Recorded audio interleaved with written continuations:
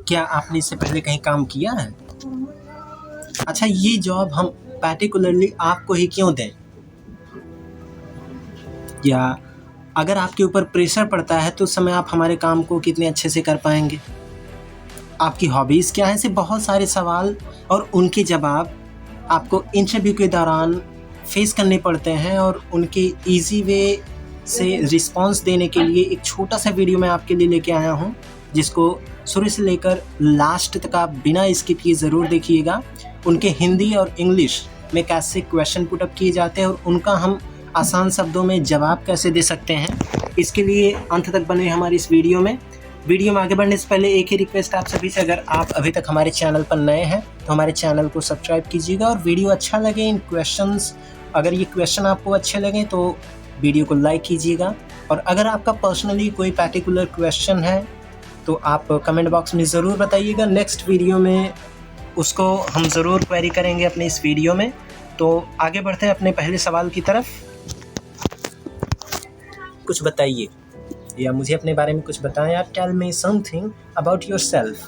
Tell me something about yourself, ये question, पहला question पूरा किया जाता है कि आप अपने बारे में कुछ बताइए या अपना सेल्फ इंट्रो दीजिए। तो इसको हम इस तरह से बता सकते हैं, मेरा नाम अभय है, मैं यूपी से हूँ, मैंने कंप्यूटर साइंस की पढ़ाई की है। या इंग्लिश में इसी को ट्रांसलेट करते हैं, माई सेल्फ अभय प्रताप, या माई नेम इज़ भी बोल सकते हैं, माई नेम इज़ अभय प्रताप, या यहाँ पे मैंने माई सेल्फ यूज़ किया है तो इट्स आल्सो बेटर। तो myself Abhay Pratap, I am from UP, यानी मैं यूपी से हूँ। आई स्टडीड कंप्यूटर साइंस, मैंने कंप्यूटर साइंस की पढ़ाई की है।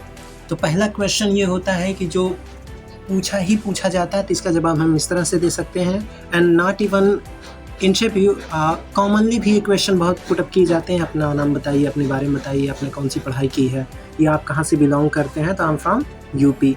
सेकेंड क्वेश्चन हमारा है मुझे अपने काम के अनुभव के बारे में बताएं, यानी आपने इससे पहले कहाँ काम किया, आपका वर्क एक्सपीरियंस क्या है, उसके बारे में मुझे बताइए। तो tell me about your work experience, यानी मुझे अपने काम के अनुभव के बारे में बताएं, यानी आपने किस प्रकार का काम किया, आपको कितना अनुभव है काम का। तो यस सर, हाँ सर, मुझे 4 साल NIC में काम का अनुभव है। Yes sir, I have 4 year work experience in NIC office. NIC का फुल फॉर्म होता है नेशनल इंफॉर्मेटिक्स सेंटर, जो कि सेंट्रल गवर्नमेंट की एक पोस्ट होती है, एक विभाग होता है जिसमें बहुत सारी पोस्ट होती हैं। और आजकल जितने भी electronics, I am not saying about electrical, email electronic mail होता है, उसी तरह से जितने भी ई वर्ड जिसमें जुड़ता है, इसमें कंप्यूटर और नेट से रिलेटेड चीज़ें होती हैं, वो सारी NIC के थ्रू ही प्रिपेयर की जाती हैं और वहाँ से सुविधाएं प्रोवाइड की जाती हैं हम सबको। अगला क्वेश्चन है आपका पसंदीदा काम क्या है, यानी व्हाट्स योर हॉबीज़, आपकी हॉबीज़ क्या क्या हैं, आप क्या क्या करना पसंद करते हैं। तो सर मुझे किताबें पढ़ना और मूवीज़ देखना पसंद है। इसकी जगह पे आपको जो भी इंटरेस्ट हो, आप जिस चीज़ में इंटरेस्ट रखते हो, लाइक क्रिकेट खेलना, और भी बहुत सारी चीज़ें, कि वॉकिंग करना, रनिंग करना, या जिम जाना, तो जो भी आपको पसंद हो वो चीज़ें आप बता सकते हैं। कॉमेडी करना, सिंगिंग करना, देयर आर मेनी थिंग्स। तो यहाँ पे मैंने लिखा है सर मुझे किताबें पढ़ना और मूवीज़ देखना पसंद है। Sir I love to read books.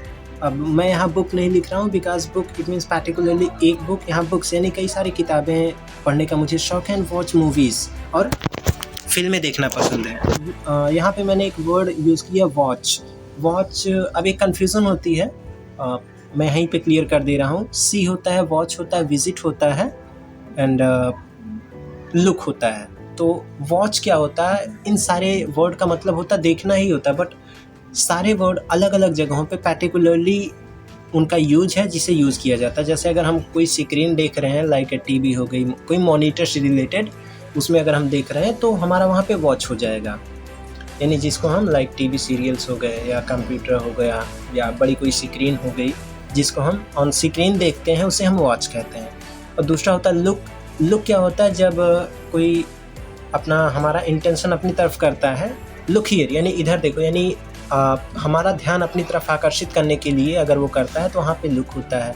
Visit होता है जब देखना, इसका भी मतलब होता है, लेकिन अगर वही चीज़ें जब हम किसी भी पर्टिकुलर प्लेस पे जा करके उस चीज़ को देखते हैं तो उसे विजिट कहते हैं, कि विजिट करने गए थे, कहाँ गए थे, मंदिर घूमने गए थे, मंदिर विजिट करने गए थे। या एक और भी होता है, लुक हो गया, विजिट हो गया, वॉच हो गया, एंड सी का मतलब ही देखना होता है। तो सी का मतलब मैं जा रहा हूँ, मैंने कोई चीज़ देख ली, ऐसे कैजुअल में ही, मतलब मेरी निगाह वहाँ तक पहुँच गई, मैंने उस चीज़ को देखा वहाँ पे। तो ये चीज़ें चारों टाइप के जो हिंदी में जिसे देखना कहते हैं, इंग्लिश में 4 अलग-अलग वर्ड यूज़ किए जाते हैं। अगर आपको ये चीज़ अच्छे समझना है तो कमेंट बॉक्स में बताइएगा, मैं नेक्स्ट वीडियो में इसे थोड़ा और ब्रीफली एक्सप्लेन कर दूँगा। अगला क्वेश्चन है, हम आपको ही नौकरी क्यों दें? यानी भाई बहुत सारे लोग हैं जो कि इस पोस्ट के लिए आए हैं, तो हम पार्टिकुलरली आपको ही नौकरी क्यों दें? भाई मैं उनको दे सकता हूँ, तो मैं आपको क्यों दूँ? Why we gives job to you, हम ये नौकरी आपको ही क्यों दें? Why we give job to you, हम ये नौकरी आपको ही क्यों दें? तो इसके जवाब में, ये सबसे इम्पोर्टेंट क्वेश्चन होता है, इसका जवाब बहुत ही समझ में नहीं आता, इसका जवाब क्या दें? भाई मुझे ही क्यों दोगे आप? बहुत सारे लोग हैं, उनको आप दे सकते हैं। तो इसका आंसर, क्योंकि मैं आपकी आवश्यकता के अनुरूप, यानी जो भी आपकी रिक्वायरमेंट है मैं उसको फुलफ़िल कर सकता हूँ, मैं उसको अच्छे से मैनेज कर सकता हूँ, कंप्लीट कर सकता हूँ। सो इसका आंसर हम इंग्लिश में इस तरह से दे सकते हैं, because I am a person according to your requirement, यानी मैं वो आपकी रिक्वायरमेंट जो है, मैं आपकी रिक्वायरमेंट को फुलफ़िल करने वाला व्यक्ति हूँ, यानी आपकी आवश्यकता जो है मैं कंप्लीट कर सकता हूँ, पूरी कर सकता हूँ।